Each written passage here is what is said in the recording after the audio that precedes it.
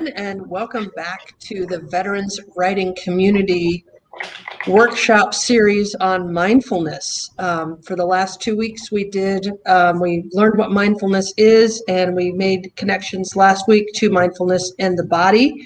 And this week, we're going to explore mindfulness and its connections to emotions. So we welcome you, and we have a check-in question for you if you're participating with us live. We got a check-in question for you. What would you do with $1 million is our check-in question. So in the comments, post your comments up there and let us know what you would do with $1 million. I think if I had $1 million, I would probably buy a really nice house and give it away. That's I like that. I like that too. Are we each going, or is this Sure. just? Gosh, I don't know. Something to do with starting a nonprofit is my interest for the homeless population. Something I'm passionate about. Oh, that's great. I could definitely get behind a passion project. That's awesome. Yeah. Well, okay, so we can all make the VWC give it the money it needs, right? That's right. Starting with this. Right, and it's not like a shameless plug or anything, but it's okay. That would be really. I think it would be fun. I always think about what we could do if we had a little bit of money that doesn't come from our own wallets. Yeah. So. All right. So I'm going to dive into some housekeeping and expectations, if that's all right with you guys. Okay, you want to introduce yourself first, and we'll do introductions, and then we'll go from there. My name is Lacey. I'll be running tech for you guys tonight, and been with the VWC for about 2 years now. So.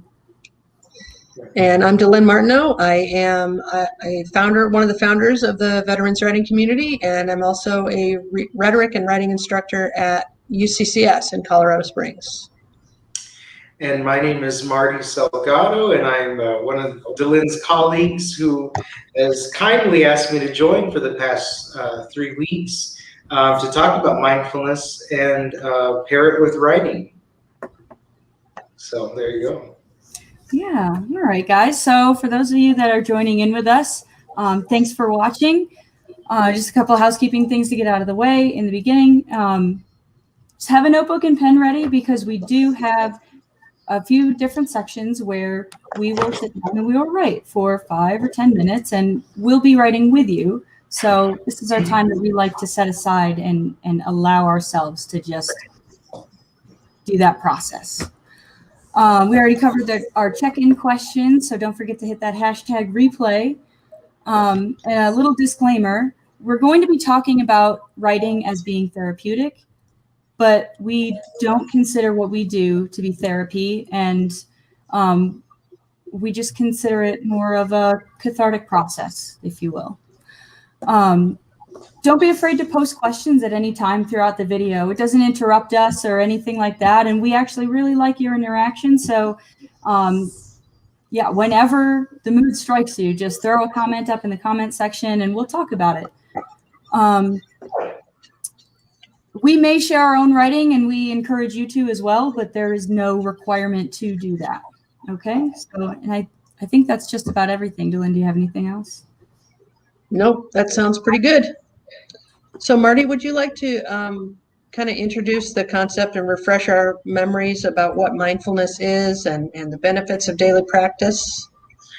Of course. So for the past couple of weeks, we've been talking about mindfulness. And I always mention that mindfulness is something that you may have heard of recently, and as it's become more mainstream. And really what it is it's a practice that you can do solo-wise and train your brain to become aware of where you are and become more present, because more often than not, our minds are thinking about what we have to do at the grocery store and thinking about our work lives and what we're going to be doing tomorrow or what we did yesterday and how could I have said that 10 years ago. So what we're trying to do is train our brains to shut off that noise and live in the now and be present. And we've been talking about all of the benefits that come from that. And we've talked about physical stresses and how stressors affect our bodies and have affected our minds over the years and over a long period of time, and how mindfulness can really help be a part of alleviating those stresses. So today we're going to be talking about mindfulness and emotions and how emotions can be not necessarily tamed, but I don't know, how would you describe it to Lynn? Mindfulness and emotions.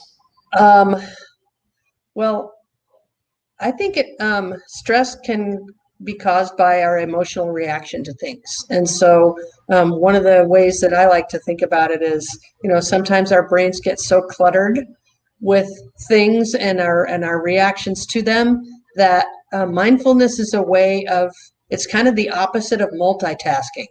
So instead of trying to juggle all this stuff and trying to reconcile all this stuff in your brain,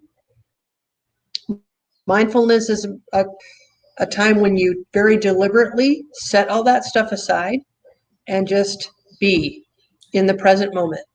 I love And that. you do nothing but that. It's so simple. It's just being in the present moment.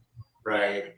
And we've talked a lot about how simple sometimes it can be, because you can do this while you're sitting in your office chair at work, or sitting in the car, or while you're walking down the street, or walking from your car to your office. You can incorporate mindfulness in so many different ways. And so today we're going to talk about a couple of different ways you can incorporate it into your life. So we're also going to incorporate some writing, and we're going to do that right now. We're going to have a 5-minute, what we call a writing sprint, and a sprint is just basically we're going to set a timer for 5 minutes, and we are going to put up a couple of prompts on the screen or in the chat so you can see them and respond to them. But the idea is to keep your pencil or pen moving for the entire 5 minutes. You can write about whatever you want. The prompts are just there as suggestions.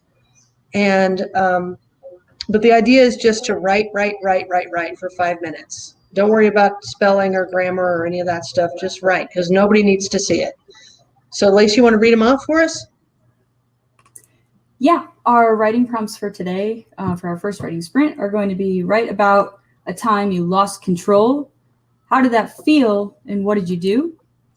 And our second writing prompt is: what does happiness taste like? That's a really interesting question. I thought so. I set a timer up. Let me get it up on the screen here. Sorry, guys, my computer's running just a little bit slow, but hopefully.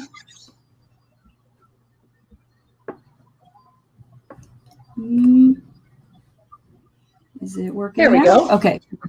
Yep. We're gonna miss out on 1 second, but I'll delay the play. Okay.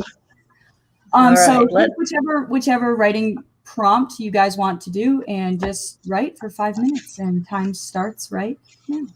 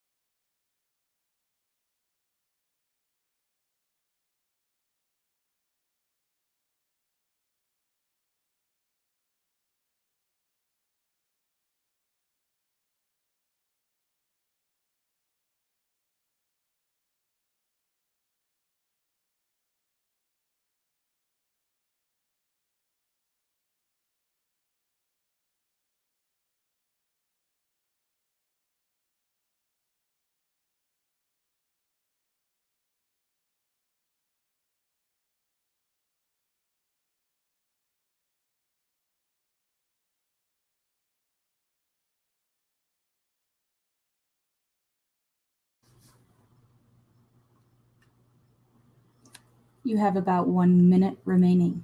1 minute remaining.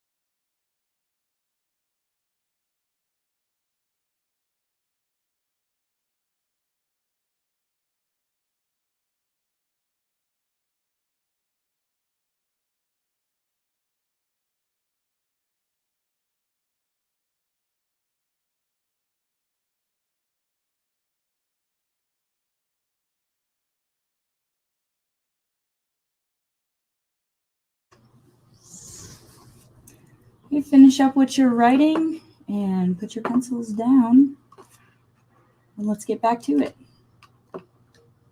Oh, pay no attention to my cluttered computer screen there.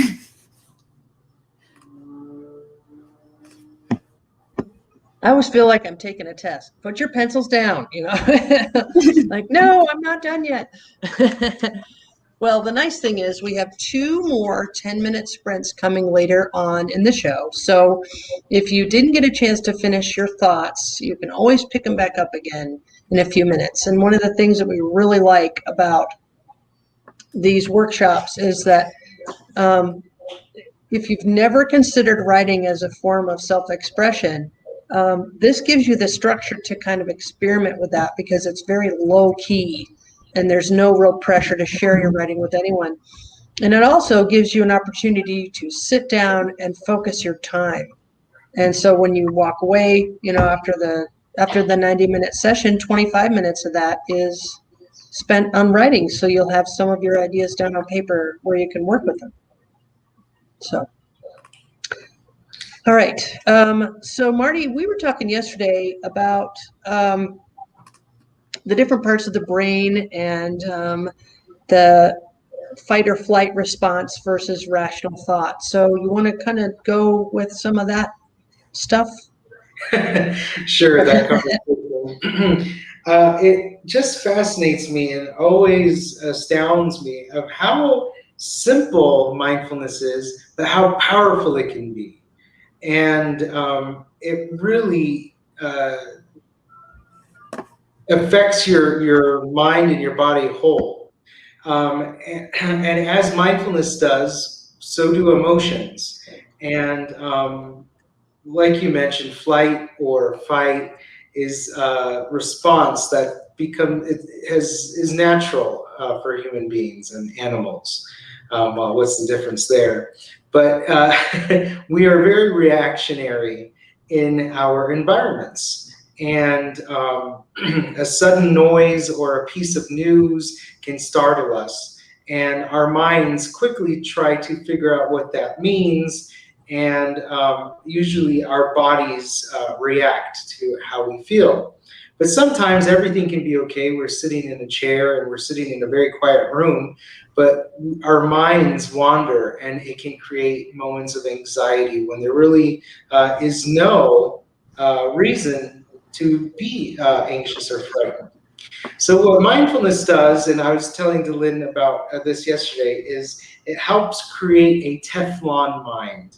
Because usually our minds are strange creatures, and it's a strange muscle, and it holds on to everything. Like I kind of joked earlier about thinking about something you said 10 years ago, but how many of us really do that? Delin, have you thought about something you thought was embarrassing that you did 10 years ago? And that stuff kind of really sticks with us. And a comment or comments that people have said to you that really have affected you will stick with you a long time. And what mindfulness does is it helps create a Teflon mind so that these thoughts can just slide away and slide off, just like a Teflon pan. And creating a Teflon mind is possible through mindfulness because you're not thinking about what's going on yesterday or 10 years ago or 5 minutes ago. You're focused on what's going on currently, right now at this moment, staying present. So when a moment comes up where you're about to lose control, or you feel like you're losing control, or your body is just naturally reacting, you train your brain to say, hold on a second, let me think about this rationally. What emotion am I feeling?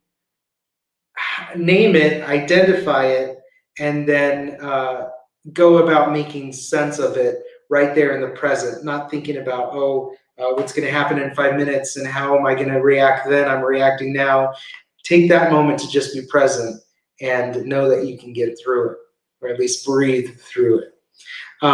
So prefrontal cortex, emotional knee-jerk responses, these are causes that occur with anxiety. Oh, you're muted, Dylan. I'm muted because I guess the organist decided that right now was perfect time to practice. Mm-hmm. So don't mind that.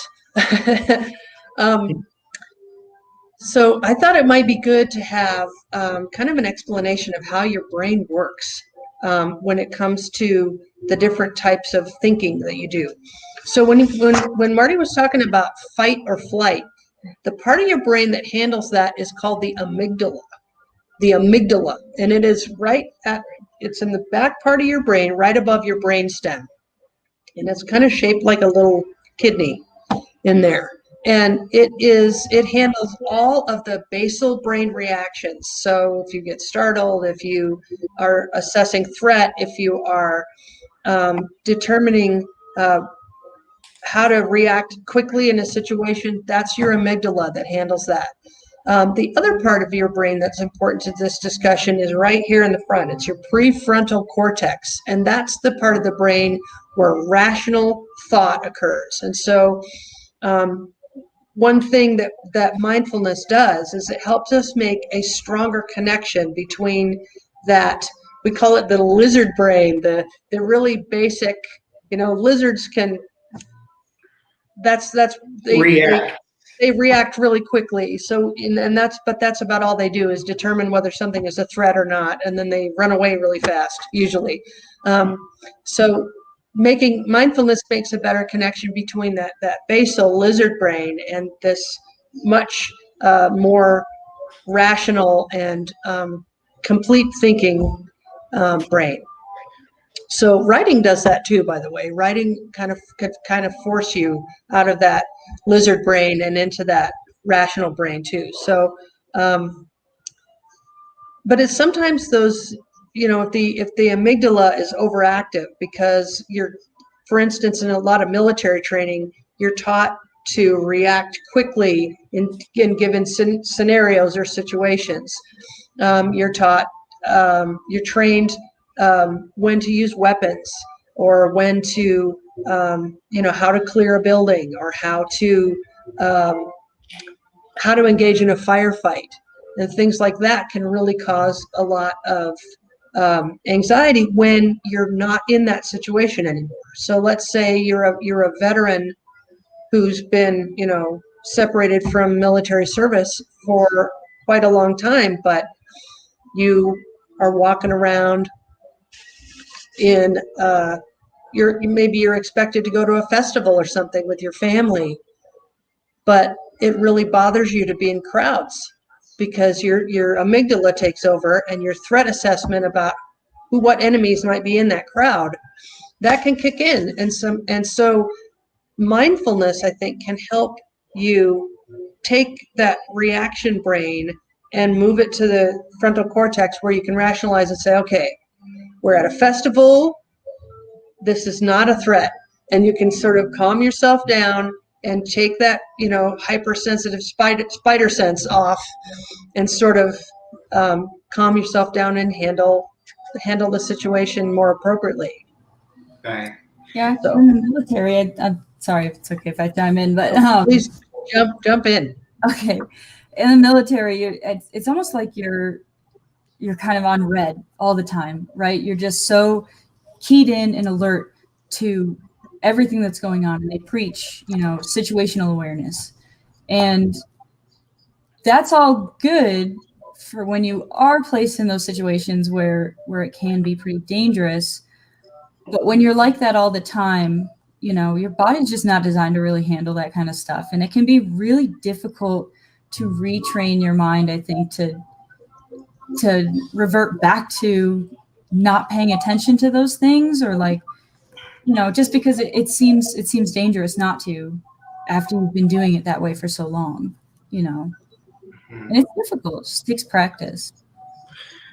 And I just also want to add on to that. And thank you so much for your very unique insight and perspective, Lacey.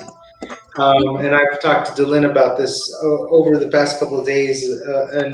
Gray matter is an important part of your brain. And gray matter connects your brain to your body. And over time, that can deteriorate with PTSD or depression or diseases like Alzheimer's. You lose gray matter.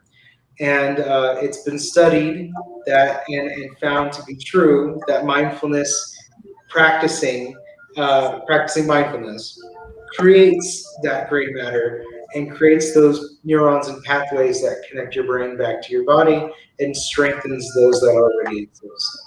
So it's very powerful. But yeah, like you said, it's hard to train, but it's just practice, just like anything. Yeah, and I think people try to make more out of mindfulness than it really is. It really is the practice of doing absolutely nothing but being in the present moment. That's it. Mhm. You don't really judge anything. You just are there. You just be. And that's what it is. So I was thinking, we have, as part of our agenda for this evening, we're going to practice a little mindfulness meditation, but I was thinking that we should do that a little bit later, because I think our discussion we've got a lot more that we can discuss. So I think we should do that later on in the session, just because I want to have lots of room around it to introduce it and get it out there. So Okay. we'll hold off on that till a little bit later. I'd like really quickly to chime in just one more time. Sorry to interrupt, Dylan, but Please. if you are watching this video later, if you have any perspective on that type of experience where you've had difficulty trying to practice mindfulness, let us know in the comment section, or like tell us what your barriers to learning that process were or are, if this is your first time doing that. Yeah, that would be really helpful. Let's do another writing sprint. Let's take another 10 minutes and see if we can get some thoughts onto paper about this.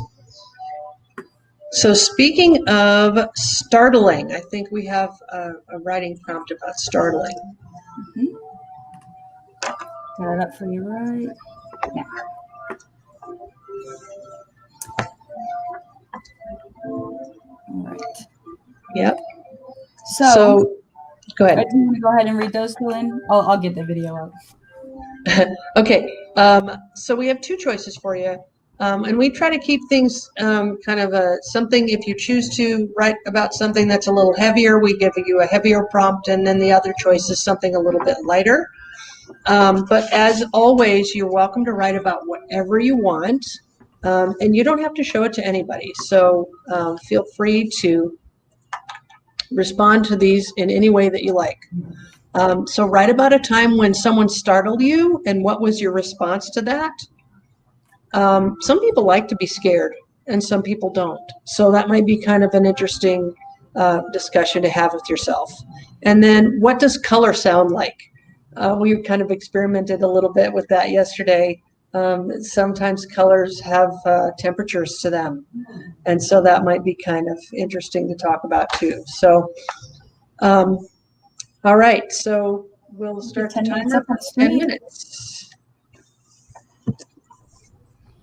Okay, and their 10 minutes starts right now.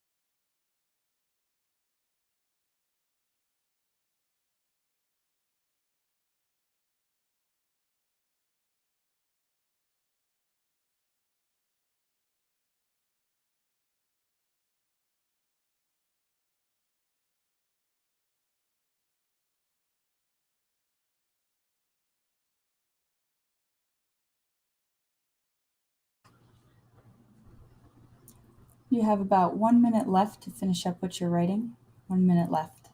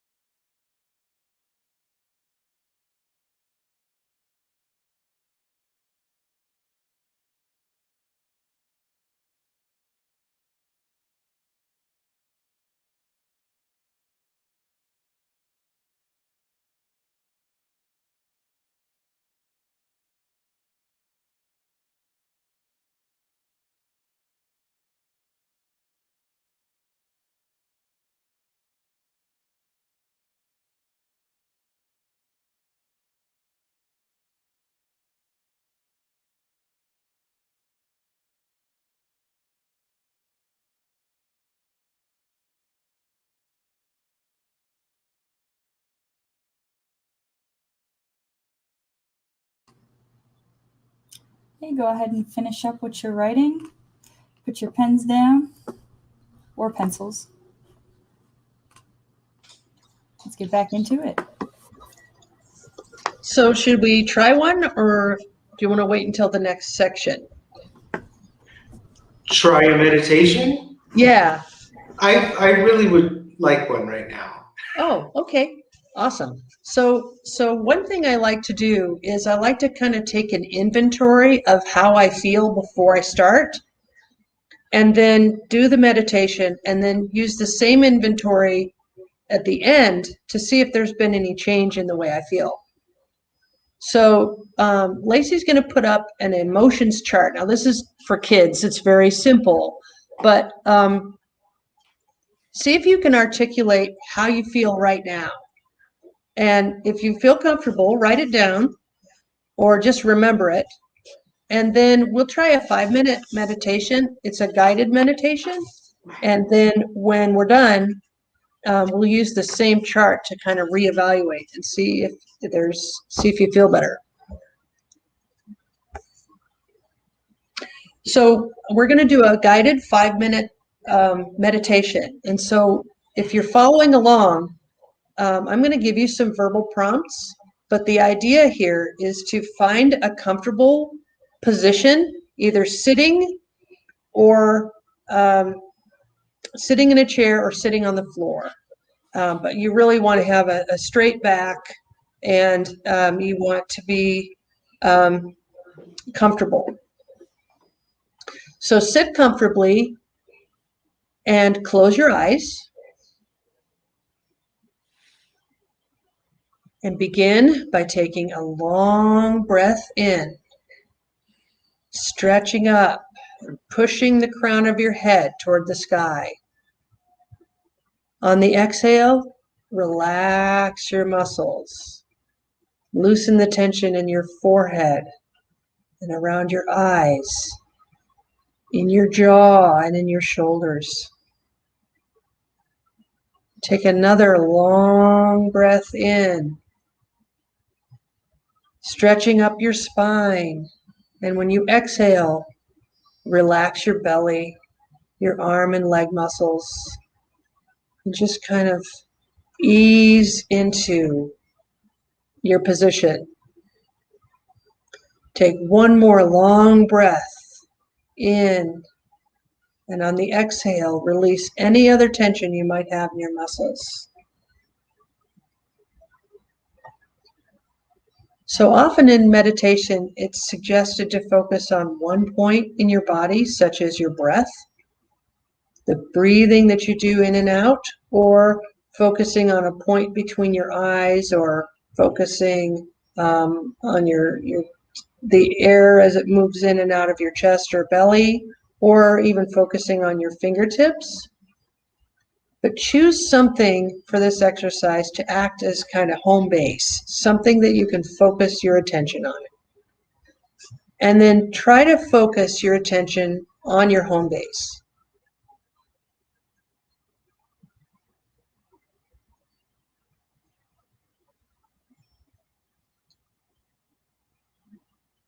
So it's natural for your thoughts, other thoughts, your memories, your to-do list for the day, the other things that you have on your mind. It's natural for those thoughts to encroach on your focus. And when that happens, just gently lead yourself back to that home base and just focus on that.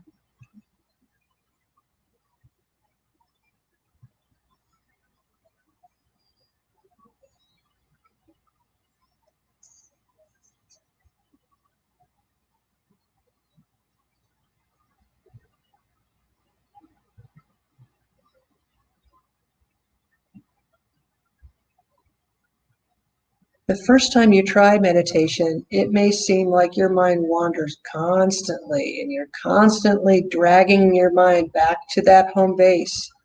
And that's perfectly natural. So just keep trying.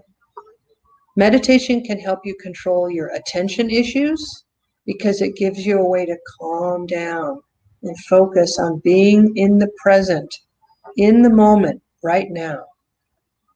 So remember to keep your attention focused on that home base.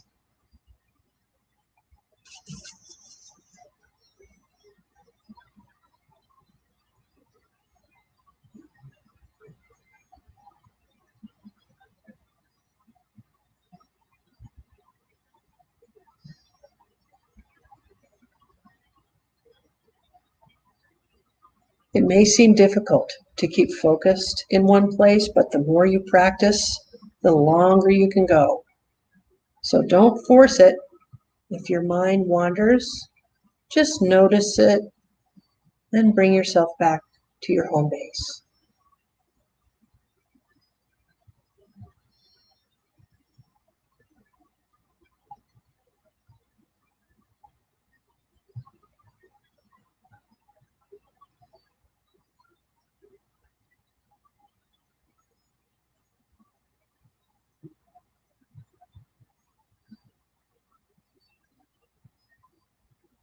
It's important not to be critical of yourself.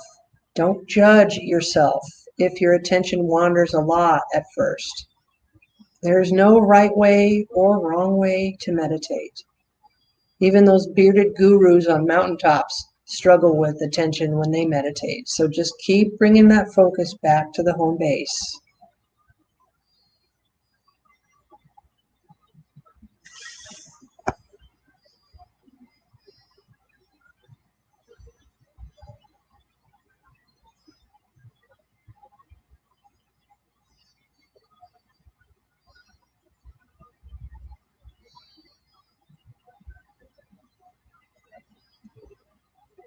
Try not to evaluate how good or bad of a job you're doing.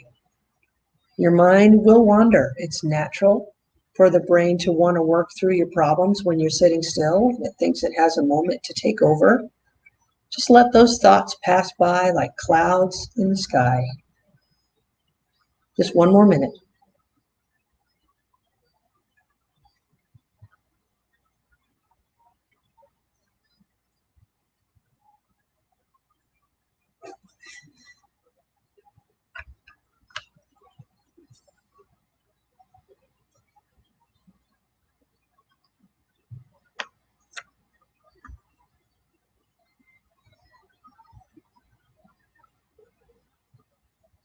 Meditation can be defined as the practice of making space in your brain.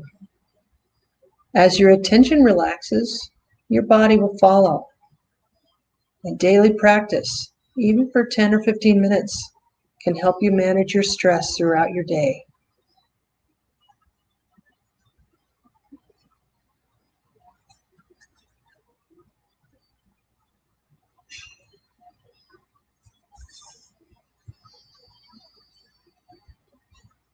So wiggle your fingers and toes and open up your eyes. And as the room comes back into focus, remember how you feel right now. Take another deep breath. Give a long exhale. Thanks for trying this today.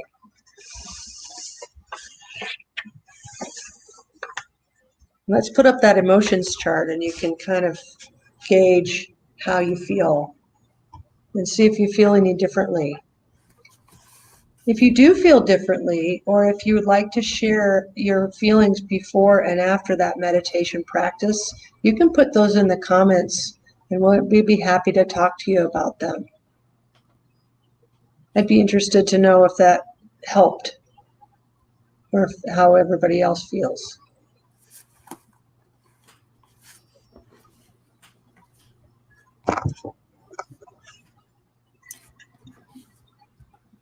Whew. Well, What'd you think, Lacey? Well, pre-meditation, definitely feeling a bit anxious and overwhelmed today because of my computer issues, like things that aren't necessarily within my control, and even understanding that it's still kind of, it's just gets stressful.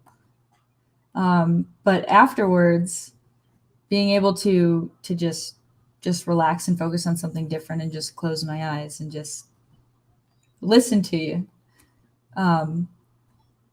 The reminders that it's okay, because I kept finding my thoughts wandering and I was getting a little bit frustrated. Like, why can I not just hone this in? Like, why can't I just bring it back? Just sit here and just meditate, darn it. And Yep. But those subtle little reminders are really helpful. And I actually do feel a little bit better. Yeah. And when you do it for the first time, or you do it, the first few times, it is going to happen. I mean, it's just like anything else. It's something you have to train yourself to do. But once you do it and you see the benefits that it has, like I like to meditate first thing in the morning, because that feeling of calm and relaxation lasts throughout the rest of my day. And for me, there's a noticeable decline in the level of anxiety that I feel. Because I'm a pretty anxious person most of the time, and I sort of have an undercurrent of anxiety, I'm constantly judging myself as, and critical introspection, did I do that right? And am I fast enough? Am I good enough? Am I complete enough? How am I going to get all the things done today? But that really lowers my stress level if I do that in the morning. So, and it's like training a muscle. It gets better as you'll get stronger at it, and you can last longer the more you try it. So, what do you think, Marty? I loved it. I felt like butter afterwards. And that's only 5 minutes. Really? I mean, I noticed at some point my body relaxed, and then all I had to focus on was just the brain. And then it became a little less and less that I had to keep recalling it. It would still wander, but I wouldn't have to do it every 2 seconds. And then it was every 4, every 5, and then eventually every 10, every 20. It was really helpful. Training. Thank you for that, Dylan. Appreciate it. Yeah, you're not, and that's the thing about mindfulness and meditation and mindfulness. It's not like you're searching for some, zen of awareness of law. You're not looking for that. You're just looking to shut off all the things and just do this one thing, and that's being present in the moment. And that's all it is. I mean, people write books after books after books after books on mindfulness, but really it's just a very simple thing. Just setting aside all those things for a few minutes. And then when you're done, you can choose what you put back on your plate. And you can choose how much weight those things take on you. And so it really does help you manage, especially if you have, problems with anxiety, or let's say you're going into a stressful situation. We talked about that too. Do you remember? We talked last week about what if you don't like being around crowds of people, and you're invited to a party, and you have to go. You have to make an appearance, and you're going to have to talk to strangers. But that's something that gives you anxiety. You can use mindfulness right before you step in the door. and that can help you focus and relax. So speaking of which, I mentioned last week we had a little graphic. It was the 5, 4, 3, 2, 1 graphic. And so this is your idea. And this is, again, it's made for kids, but we wanted to go for something really simple. So Marty, you want to explain the graphic as Lacey puts it up there? Yeah, this was a popular. This is a popular way to find yourself, to ground yourself when you're in a situation that you feel anxious or just overwhelmed. And what it does is it really helps you take account of your senses, things that are just very natural to you and your body. And so there's the 5, 4, 3, 2, 1 rule where you find 5 things that you can see, 4 things that you can feel, find 3 things that you can hear, look for 2 things that you can smell, and 1 thing that you can taste.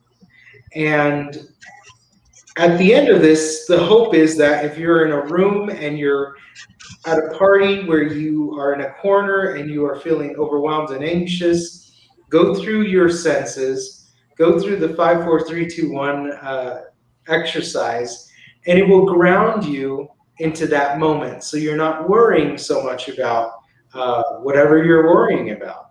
You're more paying attention to your body and what your body is surrounded by that is very natural. I've used this and it has gotten me out of a couple of jams. And I don't know if you've ever experienced any of these or practiced any of them, but it's just becoming mindful and aware of your surroundings in that moment. Yeah, well, thank you. It's like when people say, why don't you stop and smell the roses? Literally. Literally. You know, I take a daily walk, and then one of my neighbors grows the most beautiful roses, and I always stop and smell them. I know it sounds so cliche, but I love them, and they smell good. So, you know. Well, thank you for letting me share that. Yeah, it's good practice. And I think I mentioned in the first episode that we did that I had learned mindfulness as a process in the ground, like as grounding. Sorry, words, they're difficult sometimes. Anyway, but I had learned it as grounding, and my initial reaction to that exercise was just, well, I have all these things going on, like I don't have time to do this, and just how would I remember, and how do I how do I make that time to just sit down and do this, because it's what it takes is time, but it's something that is important. And at the end of the day, it's just, you have to make time for yourself to do that, because you owe it to yourself to be aware and to be more, it helps you be introspective, I think. Yeah, it helps you be, present in the moment. And then you don't dwell so much on your mistakes or things that you don't have control of. So, all right, well, let's have another writing sprint. Marty's going to take off. We're going to do another writing sprint. And then we'll talk a little bit more about stress and anxiety and how mindfulness can help with that. So thanks for being here, Marty. Thank you. We'll see you next time.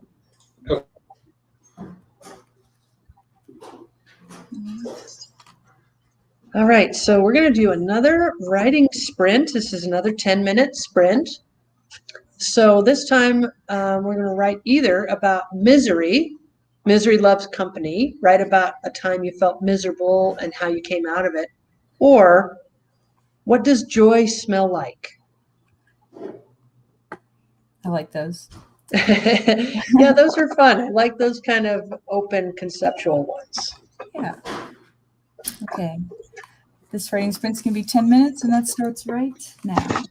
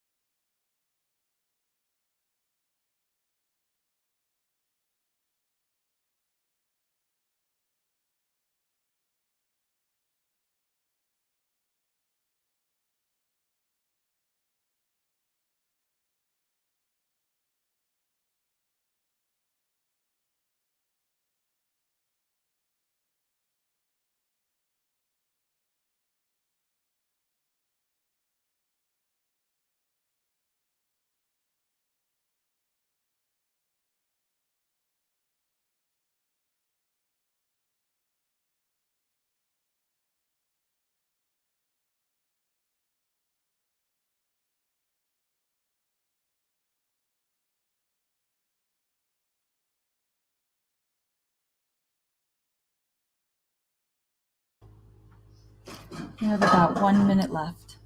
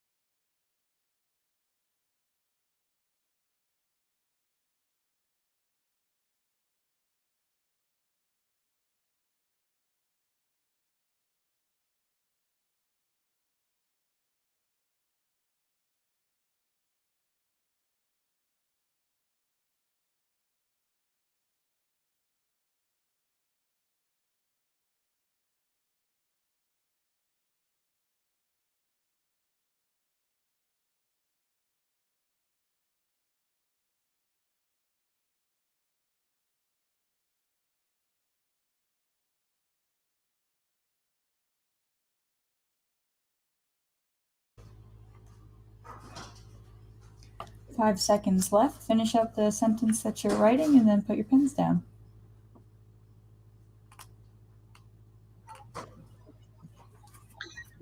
Speaking of putting something down, I've been catching this great podcast called "Put the Shovel Down," and it's hosted by a licensed care. She's a licensed addictions counselor, and she's been doing it for a long time. Her name is Amber Hollingsworth, and she's out of South Carolina, and she has some really great ideas about how to deal with addiction with your family members or in your own life. And so I do recommend Put the Shovel Down. If that's something that you're dealing with in your life. She's got some really innovative ways to think about how those things influence your family. So is that like a play on like digging yourself into a hole or something? Yes. I like Put that. the shovel down. The one way to get out of that hole is to quit making it deeper, is what the is what the whole, that's the whole kind of metaphor of it. So one of the things that Marty and I talked about over the last few days is talking about how you deal with stress and anxiety when you're in the moment. And, that amygdala takes over and is like, oh, okay, I need to make a quick decision right now. And you get this impulsive response. So if you do that a lot, you're going to have that buildup of stress and grief. That's going to it's going to become just part of your everyday life. And that can have long-term effects on your heart, your kidneys, your immune system, your all of your, you just don't feel good because you have that sense of dread that's over you all the time. And mindfulness really, huh? So I said it makes you physically sick. It makes you physically sick. Yeah. Absolutely. And so mindfulness, especially if you make it a habit of practicing it daily, can really help. It boosts your immune system because you don't have the cortisol building up in your body as much, those negative hormones, and you just don't respond the same way to those high stress situations. We also talked about high stress versus low stress situations. Sometimes the amygdala is so used to responding quickly that it will respond the same way when you lose your keys as you do when you lose a parent. It has a hard time distinguishing between those two different kinds of stress. Even though there's different degrees of stress, and we rationally can say, hey, you lose your keys, that's easily fixed, but losing a parent, not so easily fixed. And it's a different kind of stress and anxiety. But the amygdala doesn't know that. So mindfulness and writing both have a way of pulling you out of that lizard basal brain and up into the full frontal cortex, where you could really deal with rationalizing things, thinking about things a lot more clearly, and being able to, make decisions that are based on really good rational thought. So, I want to address something, and I know that we've kind of talked about this before a little bit, and it's not the most popular opinion, but when it comes to school, and Dylan, I'm not trying to hurt your feelings as a teacher, because the instructor really can make a huge difference in this capacity. But like after transitioning out of the military and going back to school, and like I was a drill sergeant, I'm like, well, I can handle this, right? Like it's too easy, right? But I really underestimated how stressful that would be for me, and it really, after kind of reflecting on that, it's been like Ben and I say it degrades our quality of life. We're just different people during the semester because the stress level is just through the roof. We're just completely different.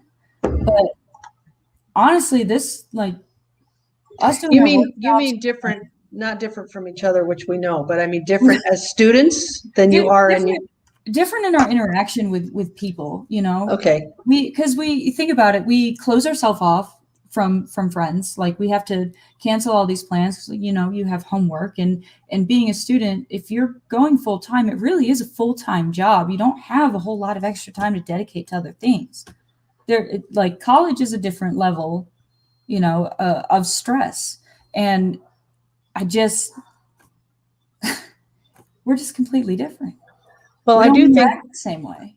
I think you're right, though. I think the professor can make or break your success in a class.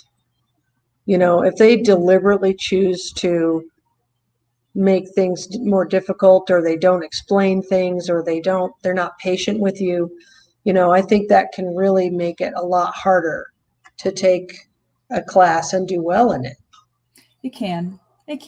But, like you said, processing through meditation and writing and mindfulness and all those tools that we can use for self-care, it makes a significant impact on that quality of life. Like honestly, Sure. if it wasn't for you guys at the VWC, I would not have been taking the time to write down some of the personal things that I had going on in my mind, and being able to get those out again, and having a different outlet for that too has been life-changing for me. I process things a lot differently in a really good way. So it's just, I do feel like I practice mindfulness through writing, through these workshops. Sure. Yeah, and I think that's great. That's just another testament to why it works.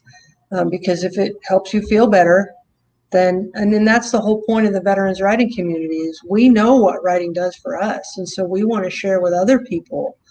Writing really does help you feel better.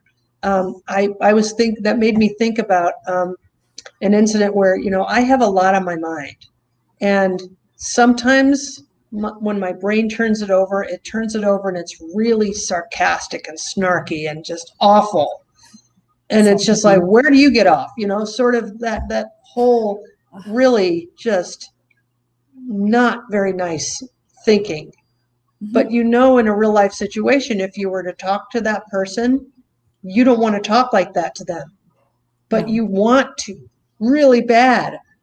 So if you write about it, and I was very deliberate about this in the last week, I wrote about it with real snark and real sarcasm and real mean, because I knew if I wrote about it and got it out of my head, then it was a lot less likely to come out my mouth. And it made me feel much better, much calmer. So I think that's definitely something worth thinking about.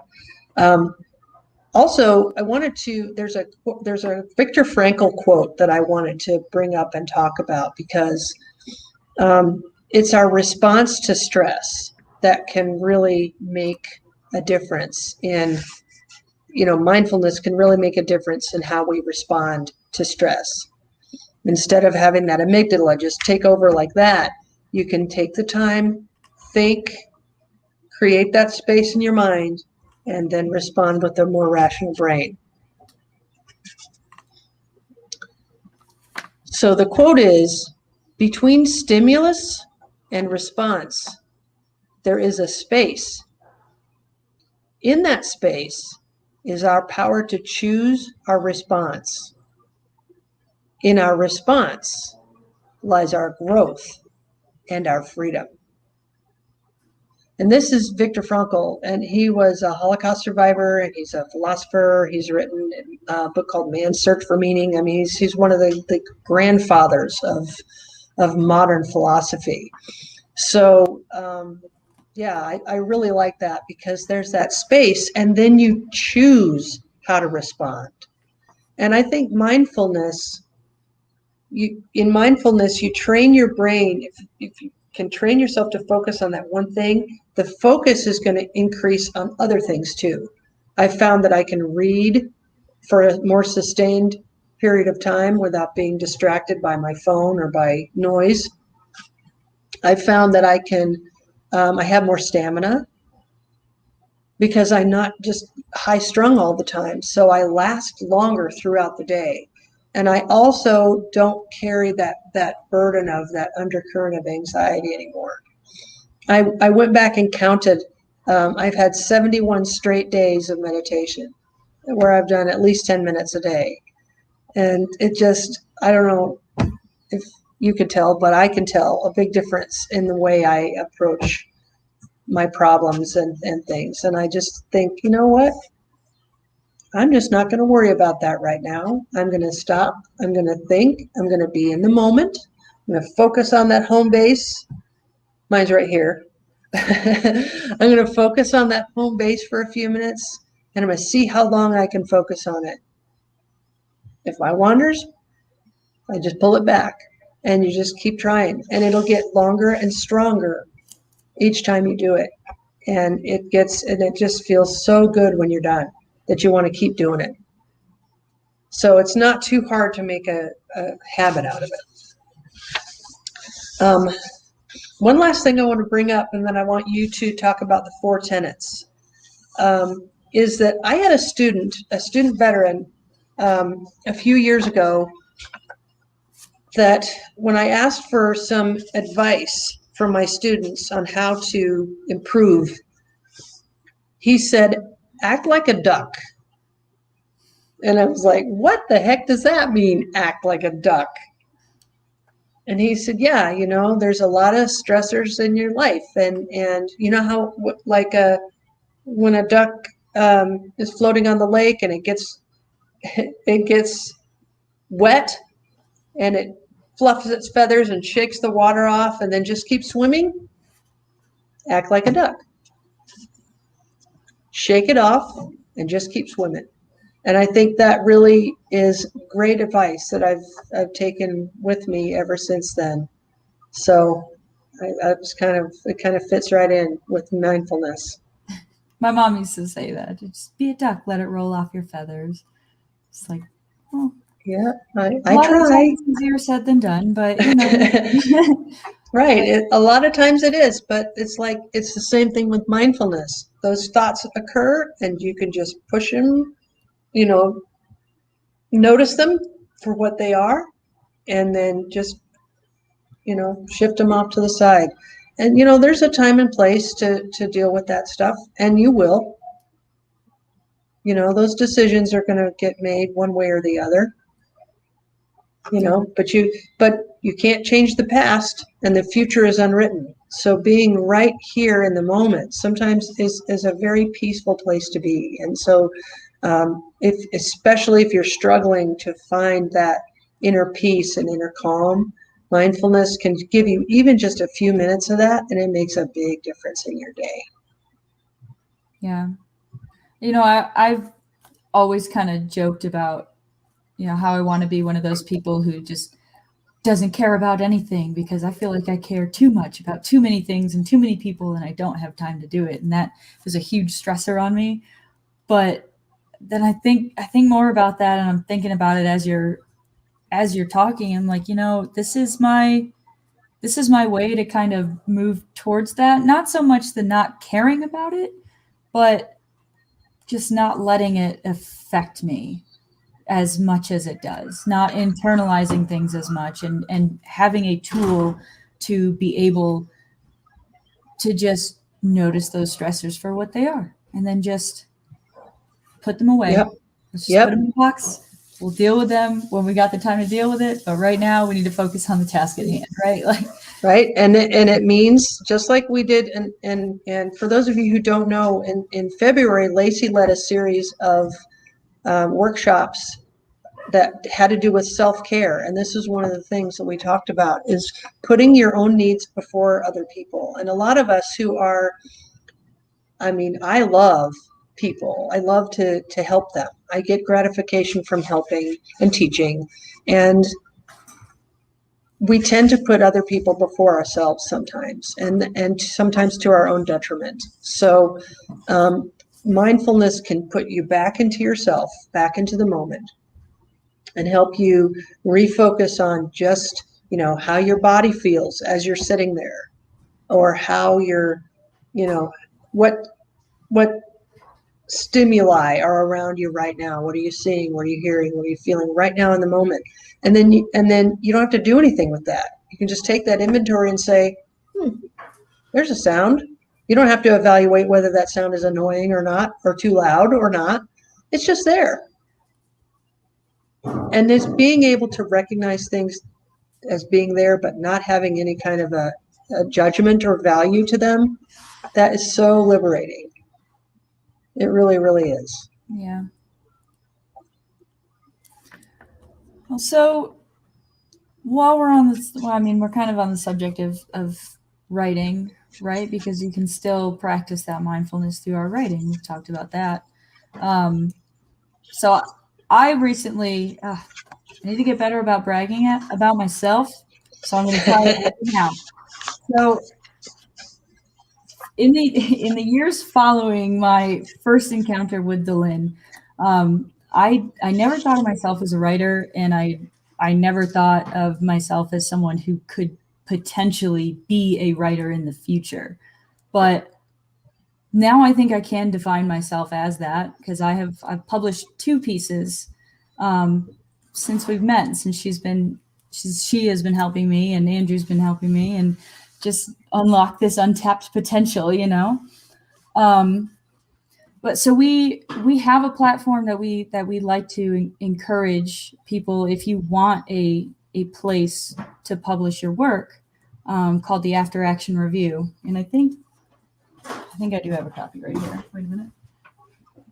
I am. This is the one that I published in, but and that's your artwork on the cover too. It is my artwork on the cover. But on that note, what I want to talk about is our 4 tenets, because it, as difficult as it can be to just get your story started in the first place, having kind of somewhere to begin, or something to go off of to start that story, has value. So our first tenet is, who are you writing this to, and who is your audience? So that can really reframe the way that you're trying to write something, or the language that you use, the terminology. I think if you're writing for military people, you might use a little bit more jargon, but if not, you may use more layman's terms, right? So figuring out who you want your audience to be is a critical piece to begin writing a piece you want to publish. So tenet 2 is, will your audience understand everything you say? So maybe there's some things that you don't necessarily want your audience to understand, but clarity in your writing can be a critical component to help people connect with it. Okay. So tenet number 3 is your story all there, or are there parts that you left out? So say your goal is to have your audience not understand exactly everything that you're saying, because you want your story to be a bit more vague. Maybe you leave certain details out. I have this habit of putting every single detail down into the story. I'm like, everyone needs to know every aspect, but this helped kind of rein me in. Like, no, here's the crucial information. Here's the information that is pertinent to the story that will help kind of bolster it instead of just getting lost in all the details. And I like the idea that you can always go back to your writing and fill in those gaps later. Yeah. So if there are parts you left out because you didn't remember, or if you wanted to fill in those gaps with more about how you felt or how somebody else reacted during that moment, you wouldn't have to necessarily write, verbatim exactly what you remember. So. Yeah. So tenet number 4, why are you writing specifically about this? Is there a reason why you want to share like some specific story with everybody? For me, my story was about a really important event in my life that I will never forget. That meant a lot to me. And I felt that there were an awful lot of negative negative perspectives about the military, like within our military community. And that can be easy to kind of dwell on those things, but I wanted to put something out there about my partner and I that was a happy memory for us, and that was what I chose to write about. I thought it was important to share that because as many dark moments as we can have in our lives, it's important to also take note of those bright moments, So that was just something that I wanted to share. Yeah, those are our 4 tenets. Dylan, did you have anything to add about that? Yeah, I was thinking because sometimes people think that veterans get stereotyped fairly easily as being broken or mad, or they all have PTSD and they're all just these hard, battle hardened, bitter people, and that's not true at all. I mean, certainly if that's what you want to write about, that's great, but there's great parts about being in the military too. Serving our country is an honor, and that's something that I am so grateful that you and other veterans have set aside your life to do. And that is such a wonderful contribution to our society that not a lot of people choose to do. And so thank you. When I say thank you for your service, that's what I mean, because when that's kind of a trite phrase, but it's, people appreciate it more than you think. Yeah. So sometimes I forget about the way I used to look at military personnel when I was younger, like going to shows on like the 4th of July or something like that, and seeing the soldiers and looking at them like, wow, that is like America's best, Yep. And then your perspective gets a little bit skewed after that, but which, I mean, it takes all kinds, everybody's got their different style, different flavors that they bring to everything. And all of it has merit and value. But, I kind of lose that perspective sometimes. And it's important to reflect more on that, I think, than it is to dwell on some of the negative memories. But it's a lot of happy memories that came out of that too. That's good. Well, I think that I think it's healthy to write about all different types of memories, and not to think that just because people think the veterans are bitter and angry all the time, that's what they have to write about, or just because they've been through a terrible experience. Maybe they've been to combat. Maybe they watch people die, or maybe they participated in a firefight. Doesn't mean you have to write about that stuff. I mean, you can write about hearts and flowers and rainbows and puppy dogs if you want to. That's the beauty of writing. You just write about whatever feels most pressing on your mind. But I will tell you, there's a huge difference between letting all that stuff spin in your head and getting it out on paper, because once you get it out, you don't look at it the same at all. So, and you're able to look at it in a much more objective and healthy way. So very true.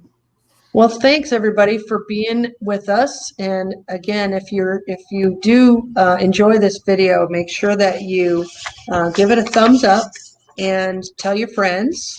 If you're interested in contacting us or supporting us, we are on Twitter and we have our own website. You can also email us at veteranswritingcommunity@gmail.com.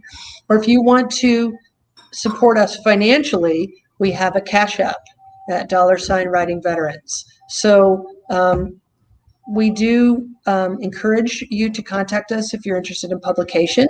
If you've got something that you're working on that you'd like some help with, or if you want to work toward publication.